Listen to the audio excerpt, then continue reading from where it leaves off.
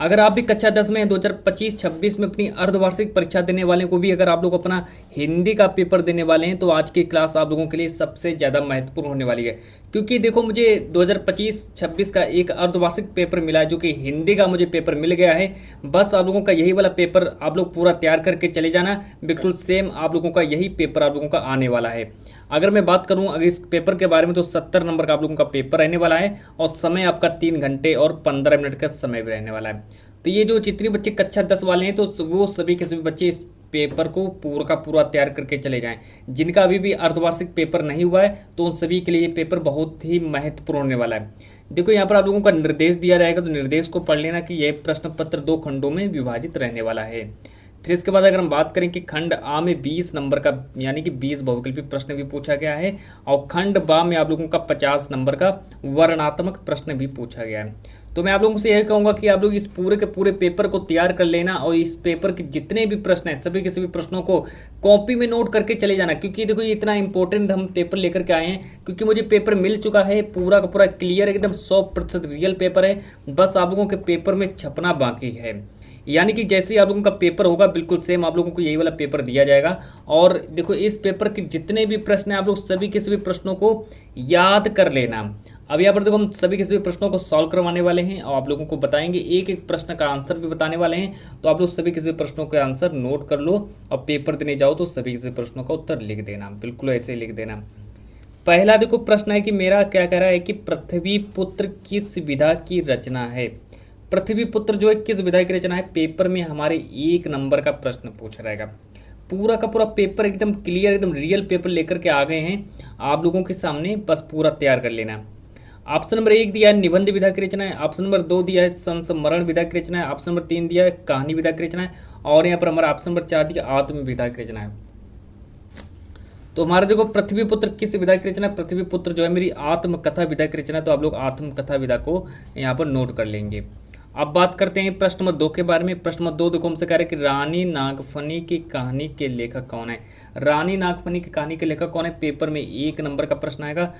तो इसका देखो हमारा सही जवाब हो जाएगा हमारा इसका हमारा सही जवाब हो जाएगा हरिशंकर परसाई। तो यानी कि ऑप्शन नंबर 2 को नोट कर लेंगे। अब देखो बात करते हैं प्रश्न नंबर 3 के बारे में। प्रश्न नंबर 3 देखो हमसे कह रहा है कि प्रश्न नंबर 3 कह रहा है कि विश्व साहित्य की रूपरेखा किस विधा की रचना है। तो ये भी हमारा 1 नंबर का प्रश्न आएगा। अब इस प्रश्न के 4 आंसर देख लो क्या क्या है। निबंध दिया है, आलोचना है, कहानी है और आत्मकथा है। तो यहाँ पर इसका राइट आंसर हो जाएगा निबंध विधा की रचना। तो इसका ऑप्शन नंबर 1 हमारा पूरा सही हो जाएगा, मतलब ऑप्शन नंबर 1 हमारा सही हो जाएगा। अब यहाँ पर देखो बात करते हैं प्रश्न नंबर 4 के बारे में। प्रश्न नंबर 4 देखो हमसे कह रहे हैं कि ठूठा आम किसकी रचना है। ठूठा आम जो है किसकी रचना है, पेपर में 1 नंबर का प्रश्न आएगा। तो ठूठा आम जो है भगवत शरण उपाध्याय जी की रचना है, यानी कि ऑप्शन नंबर 1 हमारा पूरा सही हो जाएगा।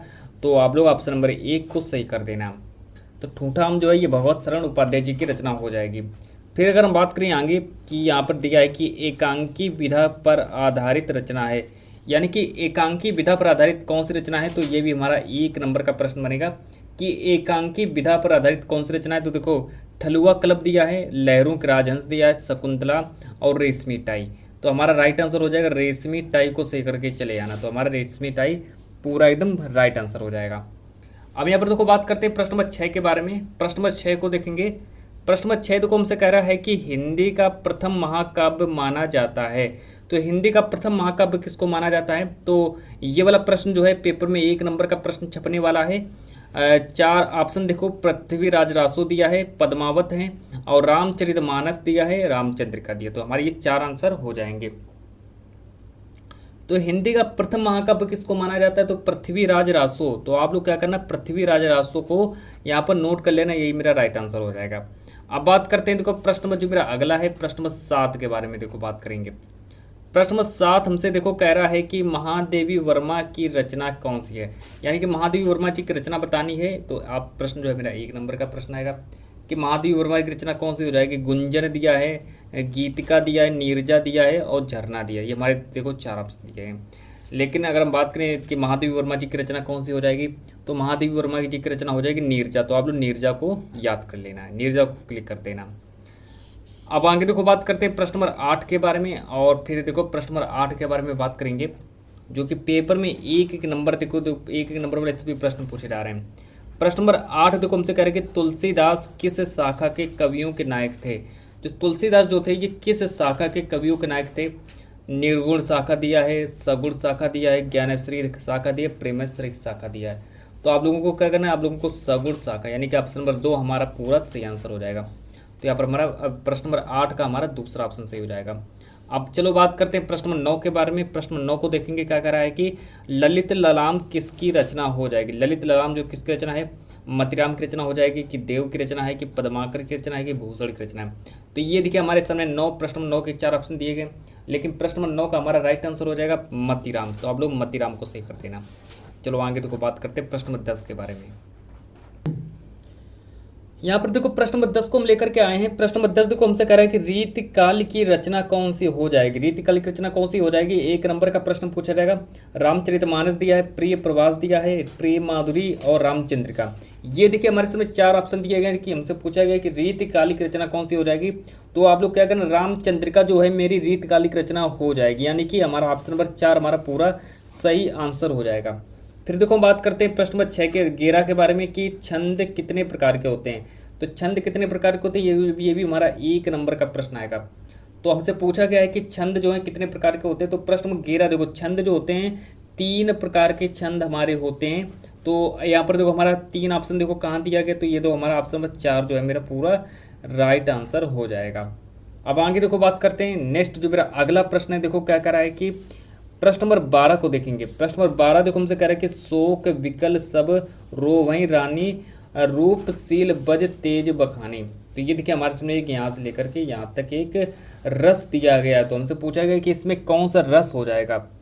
रस पूछा गया पेपर में 1 नंबर का, आप लोगों का एक रस भी पूछा जाएगा। भयानक रस, विभत्स रस, करुण रस, इनमें से कोई नहीं। तो ये देखिए हमारे सामने 4 ऑप्शन दिए हैं और प्रश्न जो मेरा 12 है, प्रश्न 12 का राइट आंसर हो जाएगा। आप लोगों को करुण रस को सही करना है, तो करुण रस मेरा पूरा राइट आंसर हो जाएगा। अब आगे देखो बात करते हैं प्रश्न नंबर 13 के बारे में। प्रश्न नंबर 13 को देखेंगे। प्रश्न नंबर 13 कह रहे कि अविश्वास शब्द में कौन सा उपसर्ग लगा है। अविश्वास शब्द में कौन सा उपसर्ग लगा है, तो 1 नंबर का प्रश्न हमारा बनने वाला है। तो अगर हम बात करें कि अविश्वास शब्द में कौन सा उपसर्ग लगा है, तो आप लोगों को क्या करना है, आ को सही करना है, मतलब कि ऑप्शन नंबर 1 हमारा पूरा सही हो जाएगा। अब देखो बात करते हैं प्रश्न नंबर 14 के बारे में। एक हमारा यहाँ पर कहा गया कि देश और विदेश में कौन सा समास हो जाएगा। ये भी हमारा मतलब देश और विदेश में समास पूछा गया कि इसमें कौन सा समास हो जाएगा। तो देखो हमारा द्वंद्व समास दिया, द्विगु समास दिया, कर्मधारय समास दिया, इनमें से कोई नहीं।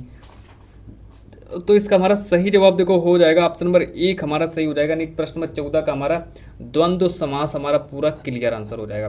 तो आपके पेपर में एक समास भी पूछा जाता है, एक समास भी आता है और एक उपसर्ग भी आता है, मतलब रस छंद अलंकार सभी से मिलाकर आप लोगों का पूरा 20 में से 20 नंबर पूछ भी लिया जाता है। और एक प्रश्न जो है आप लोगों का तत्सम तद्भव से भी पूछा जाता है और 1 नंबर का आता है।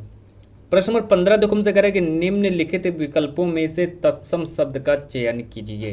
तो चयन करना है, देखो गहरा दिया है और तीखा दिया है, अटारी दिया है, निकृष्ट दिया, लेकिन हमसे तत्सम शब्द पूछा गया तो हमारा निकृष्ट हमारा ऑप्शन नंबर 4 हमारा पूरा क्लियर हो जाएगा। अब आगे देखो बात करते हैं प्रश्न नंबर 16 के बारे में। प्रश्न नंबर 16 देखो हमसे कह रहा है, क्या कह रहा है प्रश्न नंबर 16 के निम्न में से आम का पर्यायवाची शब्द क्या होता है। तो आम का पर्यायवाची शब्द पूछा गया है पेपर में, 1 नंबर का प्रश्न बनने वाला है।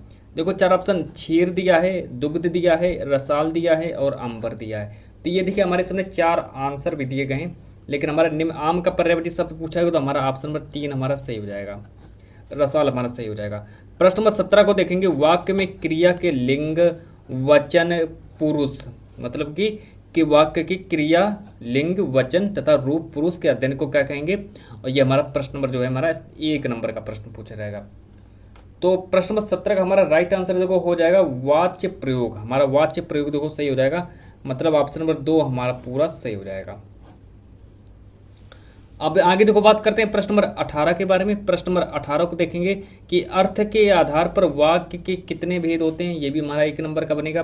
तो अगर हम बात करें कि अर्थ के आधार पर वाक्य के कितने भेद होते हैं, तो आप लोगों को याद रखना है 8 भेद होते हैं। तो 8 देखो कहाँ पर लिखा है, यहाँ पर देखो मेरे सामने 8 लिखा, तो हमारा यही वाला राइट आंसर हो जाएगा।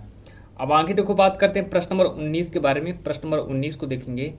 प्रश्न नंबर 19 देखो हमसे कह रहा है कि मैंने पुस्तक पढ़ी, मैंने पुस्तक पढ़ी, इस वाक्य में वाच्य का कौन सा भेद हो जाएगा। मतलब मैंने पुस्तक पढ़ भी ली है, तो इसमें कौन सा मतलब वाच्य का कौन सा भेद हो जाएगा, तो हमारा 1 नंबर का प्रश्न बनेगा।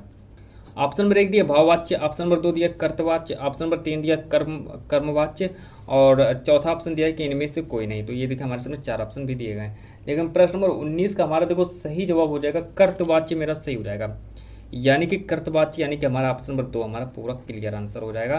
तो ये हमारा प्रश्न 2 का राइट आंसर हो जाएगा। अब आगे देखो बात करते हैं प्रश्न नंबर 20 के बारे में। प्रश्न नंबर 20 को देखेंगे, जो कि हमारे पेपर में 1 नंबर का प्रश्न बनने वाला है कि यह घर अच्छा है, इस वाक्य में यह पद, यह घर अच्छा है, इस वाक्य में यह पद किस प्रकार का विशेषण है। गुणवाचक विशेषण दिया है, सार्वनामिक विशेषण दिया है, संख्यावाचक विशेषण दिया, परिमाणवाचक विशेषण दिया है। तो ये देखिए हमारे सामने 4 आंसर भी दिए गए हैं, लेकिन हमारा इसका सही जवाब हो जाएगा सार्वनामिक विशेषण। तो ये देखिए मैंने आप लोगों को 20 प्रश्न आप लोगों के कंप्लीट हो चुके हैं, तो ये 20 नंबर आपके पक्के हो गए। अब आगे तो बात करते हैं। तो देखो यहाँ से स्टार्ट होता है आप लोगों का खंडवा, यहाँ से स्टार्ट हो रहा है। खंडवा में क्या होगा, आप लोगों का 50 नंबर का खंडवा भी पूछा जाएगा, जिसमें से आप लोगों का गद्य पद्य हो गया, गद्य और साथ ही साथ में पद्य, फिर इसके बाद संस्कृत का गद्य और संस्कृत का पद्य, यानी कि इसी तरीके से मिलाकर जीवन परिचय हो गया आप लोगों का। तो इसी तरीके से सब कुछ मिलाकर आप लोगों का 50 में 50 नंबर यहाँ से पूछ लिया जाएगा। तो देखो बहुत ही ज़्यादा पेपर आप लोगों का महत्वपूर्ण है, पेपर आप लोगों का लीक हो चुका है, फंस चुका है पेपर। तो यहाँ से अब देखो हम बात करते हैं निम्नलिखित प्रश्न नंबर 1 को पढ़ेंगे कि निम्नलिखित गद्यांश पर आधारित 3 प्रश्नों के उत्तर दीजिए, और हमारा 6 नंबर का प्रश्न बनने वाला है।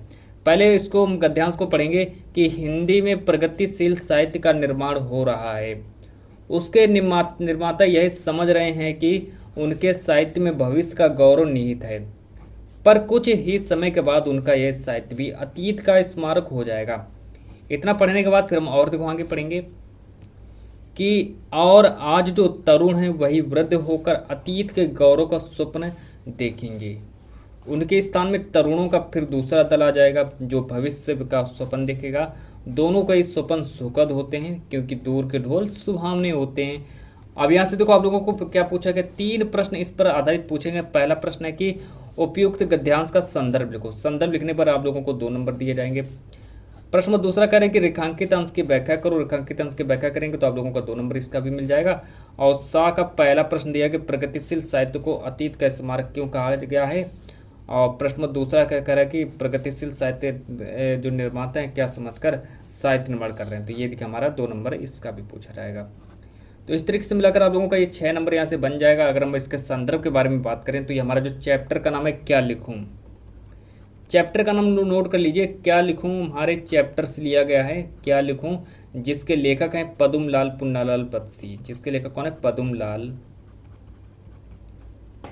जिसके लेखक हैं पदुमलाल पुन्नालाल बत्सी, इसके हमारे लेखक हो जाएंगे। तो ये देखिए आप लोगों का चैप्टर हो गया क्या लिखूं, और पदुमलाल पुन्नालाल बत्सी ने इसको लिखा था। लेकिन अगर हम संदर्भ के बारे में बात करूँ तो मैं संदर्भ देखो लिख कर लेकर के आया हूँ, जो कि यहाँ पर आप लोगों को संदर्भ ऐसे लिख देना है कि प्रस्तुत गद्यांश हमारी पाठ्य पुस्तक हिंदी के गद्य खंड में संकलित हमारे चैप्टर का नाम है क्या लिखूं नामक चैप्टर से लिया गया है, जिसके लेखक हैं पदुमलाल पुन्नालाल बत्सी। तो इस तरीके से आप लोगों को ये हमारा पूरा कंप्लीट हो गया। आप लोगों को इस तरीके से संदर्भ को लिख देना है। तो ये देखिए आप लोगों का संदर्भ आप लोगों का कंप्लीट हो गया। संदर्भ आप लोगों को ऐसे ही लिखना है। अब आगे देखो बात करते हैं। अब यहाँ पर देखो एक अथवा करके भी दिया गया है मेरे प्यारे बच्चों, इसको भी देखेंगे। सबसे पहले देखो यहाँ पर क्या लिखा है कि अथवा वाला प्रश्न देखेंगे कि ईर्ष्या से बचने का उपाय क्या है, मानसिक अनुशासन है। तो आप लोगों को ईर्ष्या से बचने का उपाय मानसिक अनुशासन है। जो व्यक्ति ईर्ष्यालु स्वभाव का है उसे फालतू बातों के बारे में सोचने की आदत छोड़ देनी चाहिए। फिर देखो आगे बात करते हैं कि यह भी पता लगाना चाहिए, उसे यह भी पता लगाना चाहिए कि जिस अभाव के कारण वह ईर्ष्यालु बन गया है उसकी पूर्ति का रचनात्मक तरीका क्या है। जिस दिन उसके भीतर यह जिज्ञासा आएगी उसी दिन से वह ईर्ष्या करना कम कर देगा। तो आप लोग इसका भी उत्तर लिखो या फिर आप लोग इसका भी उत्तर लिखो, दो में से आप लोगों को एक का उत्तर करना पड़ेगा। यहाँ पर एक उपयुक्त गद्यांश का संदर्भ लिखो। तो संदर्भ देखो कैसे लिखते हैं। तो इस गद्यांश को पढ़ने के बाद फिर आप लोगों को संदर्भ भी लिखना पड़ेगा। तो संदर्भ जो है मेरा पेपर में 2 नंबर का संदर्भ आएगा। तो संदर्भ देखो कैसे लिखते हैं। संदर्भ देखो यहाँ पर हम लिख करके ले आए हैं। तो संदर्भ आप लोगों को ऐसे लिखना है। देखो यहाँ पे लिखना प्रस्तुत गद्य। प्रस्तुत गद्यांश हमारे पाठ्य पुस्तक हिंदी के गद्य खंड में संकलित जो चैप्टर का नाम है ईर्ष्या तू ना गई मेरे मन से और नामक पाठ से लिया गया है, जिसके लेखक हमारे रामधारी सिंह दिनकर हैं। तो इस तरीके से आप लोगों को लिखना पड़ेगा। ये हमारा संदर्भ हो गया कंप्लीट। अब आगे देखो बात करते हैं प्रश्न नंबर दूसरा। देखो हमारा, तो ये मैंने आप लोगों को संदर्भ बता दिया, संदर्भ कैसे लिखना है। तो आगे देखो बात करते हैं फिर हम। तो यहाँ पर देखो प्रश्न नंबर 2 देखो हमसे कह रहा है कि रेखांकित वाक्य की व्याख्या करो। तो रेखांकित अंश की व्याख्या भी कर देना। और फिर इसके बाद हमसे कह रहा है कि लेखक ईर्ष्या से बचने के लिए किस आदत को छोड़ने को कहता है। तो ये भी हमारा देखो 2 नंबर का ये प्रश्न आएगा, 2 नंबर का हमारा ये भी प्रश्न आएगा। तो इस तरीके से मिलाकर 6 नंबर मेरा इस यहाँ से भी बन जाएगा। तो 6 नंबर हमारा ऐसे को बन जाएगा। फिर प्रश्न नंबर 2 देखो हम अगले प्रश्न के बारे में बात करते हैं। प्रश्न नंबर 2 देखो हमसे कह रहा है कि दिए गए पद्यांश पर आधारित 3 प्रश्नों के उत्तर दीजिए। एक पद्यांश पर आधारित 3 प्रश्नों के उत्तर हमको देना है। तो इसको पहले पढ़ेंगे। यहाँ पर देखो लिखा है दिए गए पद्यांश पर आधारित 3 प्रश्नों के उत्तर दीजिए। पेपर में 6 नंबर का पूछा जाएगा कि सौरभ भीना झीना गीला, लिपटा मर्द अंजन सा दुर्कुल, चल अंचल में झरझर झरते। इस तरीके से पढ़ेंगे। पथ में जुगनू के स्वर्णों फूल, दीपक से देता बार बार। फिर देखो बात करते हैं कि तेरा उज्ज्वल चितवन विलास रूप से तेरा घन के पास। ये देखिए आप लोगों का एक पद्यांश है। ये आप लोगों का पद्यांश है। इस पद्यांश को आप लोग तैयार कर लेना, कहीं से भी क्वेश्चन बैंक से तैयार कर लेना, क्योंकि अगर मैं इसका आंसर बताऊंगा तो ज़्यादा टाइम भी लग जाएगा। तो इसलिए आप लोग इसको देख लेना, क्योंकि हमें और भी कई चीज़ों को सॉल्व भी कराना है। तो अभी और को फिर हम आगे बात करते हैं। इस पर देखो हमारा पहला प्रश्न दिया है कि प्रस्तुत पद्यांश का संदर्भ लिखना। संदर्भ लिखोगे तो 2 नंबर का मिल जाएगा। और यहाँ पर हमारा दूसरा प्रश्न दिया है कि रेखांकित अंश की व्याख्या करो। तो इसका भी हमारा 2 नंबर मिल जाएगा। और प्रश्न मत सा कह रहा है कि उपयुक्त पंक्तियों में कौन सा रस है। तो रस बताना कौन सा रस हो रहेगा। तो 2 मिलाकर 6 नंबर हमारे इसे बन जाएगा। तो आप लोग इसको भी नोट कर लेना, इसको भी याद करके चले जाना। अगर आप लोगों को इसका उत्तर नहीं याद है तो आप लोगों के सामने एक और पद्यांश दिया है जो कि इस तरीके से यहाँ पर देखो लिखा है। यहाँ पर देखो हमसे कह रहा है कि क्या कह रहा है, देखो कि यहीं कहीं पर बिखर गई वह भगन विजय माला सी, उसके फूल यहाँ संचित है स्मृतिशाला सी। तो ये देखो हमारा कहाँ से लिया गया, झांसी की रानी की समाधि और सुभद्रा कुमारी चौहान जी ने इसको लिखा था। तो ये हमारा वहाँ से लिया गया। चलो इसके 3 प्रश्न देखो कौन कौन से हैं। प्रश्न नंबर 1 के बारे में बात करते हैं, जो कि पेपर में 2 नंबर का आएगा कि प्रस्तुत पद्यांश का संदर्भ लिखो। संदर्भ में क्या करेंगे, इसमें पाठ और लेखक का नाम लिख देना। पाठ का नाम है झांसी की रानी की समाधि पर और सुभद्रा कुमारी चौहान जी ने इसको लिखा था। इसके हमारे 2 नंबर का पूछ रहेगा। प्रश्न में दूसरा कह रहे कि रेखांकित अंश की व्याख्या करो। रेखांकित अंश की व्याख्या आप लोग कर सकते हैं। इसका रेखांकित अंश की व्याख्या करेंगे तो आप लोगों को उसका भी 2 नंबर मिल जाएगा। अब फिर इसके बाद हम बात करते हैं सा में। देखो पहला ऑप्शन दिया है कि कवित्री ने किसकी समाधि पर अपनी भावनाएं व्यक्त की हैं। तो झांसी की रानी की समाधि पर अपनी भावनाएं व्यक्त कर दी हैं। यहाँ पर करें उक्त पंक्ति में किस रस की अभिव्यक्ति हुई। तो उसमें वीर रस की तो अभिव्यक्ति हुई। तो इस तरह से आप लोग इसको कर देना। अब यहाँ पर तो हमसे पूछा गया प्रश्न नंबर 3 के बारे में कि निम्नलिखित संस्कृत गद्यांश का संदर्भ सहित हिंदी में अनुवाद कीजिए। तो हिंदी में अनुवाद करना है। संस्कृत का एक गद्यांश पूछा जाएगा, जो कि पेपर में हमारे 5 नंबर का संस्कृत का गद्यांश भी पूछा जाएगा। चलो आगे देखो बात करते हैं। यहाँ पर देखो लिखा है कि नागरिका बहुकालम यावत अचिंतित परम प्रहलिकाया उत्तर दांतु समर्थन अभवत अथा ग्रामीणम अवदत अहम अस्या प्रहलिकाया उत्तरम न जनामि इदम श्रुत्वा ग्रामीणा अकथयत यदि भगवान उत्तरम न जनाति। इसको आप लोग पूरा पढ़ लेना और पढ़ करके चले जाना, है ना। क्योंकि आप लोगों का देखो 2 नंबर का आप लोगों का संदर्भ पूछा जाएगा और 3 नंबर का आप लोगों का अनुवाद पूछा जाएगा और 5 नंबर। तो इसको आप लोग क्वेश्चन बैंक से आप लोग इसको पूरा अपना तैयार कर सकते हो, पूरा एकदम पढ़ सकते हो। अगर आप लोगों को इसका उत्तर नहीं आता तो आप इसका भी अनुवाद हिंदी में अनुवाद कर सकते हो, जो कि देखो लिखा है अस्माकम संस्कृति सदागतिशील वर्तते मानव जीवनम संस्कृतम ऐसा यथासमम नवा नवा विचारधारम स्वीकरोति नवाम शक्ति चा प्राप्नोति। और ये युक्तियुक्तम दिया है, तो इसको पूरा तैयार कर लेना। ये हमारा देखो दिया है यहाँ से यहाँ तक, इसको पूरा पढ़ लेना और इसका आप लोग हिंदी में अनुवाद कर देना। जा करके आप लोग इसका स्क्रीनशॉट भी ले सकते हैं और सही से इसको पढ़ करके चले जाना। अब यहाँ से देखो हमसे पूछा गया है कि प्रश्न नंबर 4 के बारे में कि एक दिए गए संस्कृत का पद्यांश। संस्कृत का पद्यांश भी देखो पेपर में 5 नंबर का संस्कृत का पद्यांश भी पूछा जाएगा, जिसका करें हिंदी में संदर्भ सहित हिंदी में अनुवाद करो। पहला दिया सर्वे भवन्तु सुखिनः सर्वे सन्तु निरामयाः सर्वे भद्राणि पश्यन्तु मा कश्चित् दुःखभाग् भवेत्। इसको भी आप याद कर सकते हैं। तो ये भी देखो इसको आप लोग कॉपी में नोट कर लेना और इसको याद कर लेना। कहीं से भी इसका आप लोग आंसर लिख सकते हैं। अब देखो आगे बात करते हैं, एक अथवा करके भी दिया गया है कि अपतो दूरगामी चा साचुरो नाचा पंडिता अमुक स्फुट वक्ता चायु जनाति सा पंडिता। तो ये देखिए, इनका आप लोग स्क्रीनशॉट भी ले सकते हैं और इनको आप लोग आराम से तैयार भी कर सकते हैं। अब देखो आगे बात करते हैं प्रश्न नंबर 5 के बारे में। अब देखो मेरे प्यारे बच्चों, हम बात करेंगे प्रश्न नंबर 5 के बारे में, जो कि यहाँ पर हमसे खंड काव्य पे पूछा गया। खंड काव्य जो होगा आप लोगों का पेपर में 3 नंबर का खंड काव्य पूछा जाएगा। तो खंड काव्य में देखो क्या दिक्कत, आप लोग खंड काव्य में भी आप लोग आपका अपने जिले में किस जिले के हिसाब से पूछा जाएगा। आप लोग अपने क्लास टीचर किसी से भी पूछ सकते हैं कि मेरे जिले में कौन सा खंड काव्य आएगा तो आप उनसे पूछ सकते हैं, आप लिख सकते हैं। देखो यहाँ पर दिया है मुक्त दूत खंड काव्य के द्वितीय सर्ग की कथा वस्तु पर संचय में लिखो। तो आप लोगों को जो अच्छा लिखा आप लिख देना। ज्योति जवाहर देखो लिखा है कि ज्योति जवाहर खंड काव्य का कथानक अपने संचय में लिखो, तो आप लोग ज्योति जवाहर पर लिख सकते हैं। ज्योति जवाहर खंड काव्य के आधार पर जवाहरलाल नेहरू का चरित्र चित्रण कीजिए, है ना। तो ये देखिए हमारा चरित्र चित्रण भी पूछा गया। तो जो आप लोगों को आप लोग इनका स्क्रीनशॉट भी कर लेना, आप लोगों को जो अच्छा लगे स्क्रीनशॉट कर लेना। कर्ण के बारे में दिया, अग्र पूजा के बारे में दिया, जय सुभाष के बारे में, जय सुभाष खंड काव्य के द्वितीय सर्ग का अपने कथानक शब्दों में लिखिए। फिर हमारे से मेवाड़ मुकुट दिया है, मेवाड़ मुकुट, और ये मातृभूमि के लिए खंड काव्य के नायक का चरित्र चित्रण कीजिए। चलो आगे देखो फिर देखते हैं। फिर यहाँ पर देखो दिया मातृभूमि, मातृभूमि के लिए खंड काव्य के नायक का चरित्र चित्रण कीजिए, जो कि हमारे 3 नंबर का आप लोगों का खंड काव्य पूछा जाएगा। अब यहाँ से देखो स्टार्ट होता है प्रश्न नंबर 6। प्रश्न नंबर 6 का आ देखेंगे कि दिए गए लेखन में से किसी एक लेखक का जीवन परिचय देते हुए उसकी एक प्रमुख रचना का नाम लिखो। पेपर में 5 नंबर का एक जीवन परिचय भी पूछा जाएगा। तो आप लोग क्या करो, डॉक्टर राजेंद्र प्रसाद हो गए, जयप्रकाश भारती हो गए और जयशंकर प्रसाद, इन तीनों के तीनों जीवन परिचयों को तैयार कर लो, है ना। आप लोग चाहो तो इसमें से एक का जीवन परिचय तैयार कर लेना। आप लोग जयशंकर प्रसाद जी का जीवन परिचय तैयार कर लो, बस जयशंकर प्रसाद जी का जीवन परिचय तैयार करके चले जाओ, यहाँ से आप लोगों को मिल जाएगा एक जीवन परिचय। आप देखो बात करते हैं बा के बारे में, जो कि हमारा एक कवि का जीवन परिचय भी पूछा जाएगा। तो कवियों में से देखो लो आप लोगों को किस कवि का जीवन परिचय तैयार करना है। महादेवी वर्मा दिया, सूरदास दिया, तुलसीदास दिया, सुमित्रा नंदन पंत दिया। तो ये देखिए हमारे सामने 4 जीवन परिचय दिए हैं, लेकिन 4 में से आप लोग क्या करो कि हो सके तो आप लोग महादेवी वर्मा जी का ही जीवन परिचय तैयार कर लो। महादेवी वर्मा जी का तैयार करो, या फिर आप लोग सूरदास जी, या फिर तुलसीदास, या फिर सुमित्रा नंदन पंत। 4 में से कोई एक जीवन परिचय तैयार करके चले जाओ, एक जीवन परिचय आप लोगों को मिल जाएगा पेपर में। अब आगे देखो बात करते हैं प्रश्न नंबर 7 के बारे में। प्रश्न नंबर 7 हमसे देखो कह रहा है कि अपनी पाठ्य पुस्तक में से कंठस्थ कोई एक श्लोक लिखिए जो इस प्रश्न पत्र में ना आया हो। तो 2 नंबर का इस श्लोक भी लिख देना, और श्लोक वो श्लोक लिखना जो इस प्रश्न पत्र में आया ना, मतलब इस पेपर में वो लिखना है श्लोक जो ना पूछा गया हो। तो यहाँ से आप लोगों का काम हो जाएगा।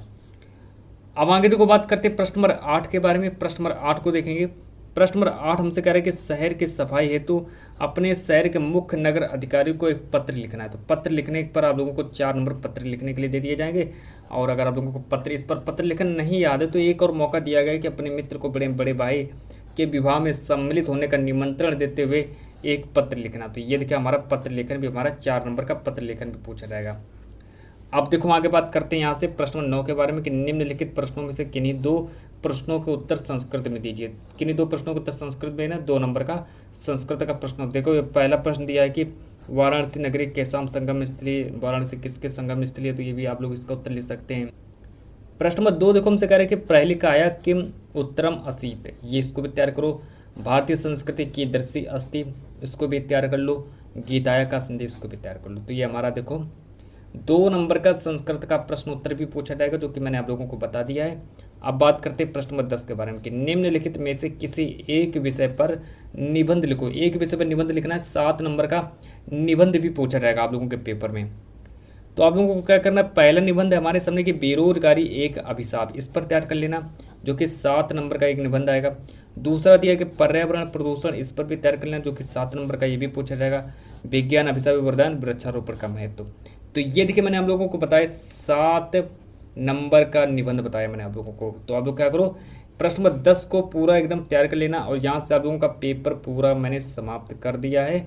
और आज की इस क्लास को मैं इतना ही रखता हूँ। जब तक के लिए धन्यवाद।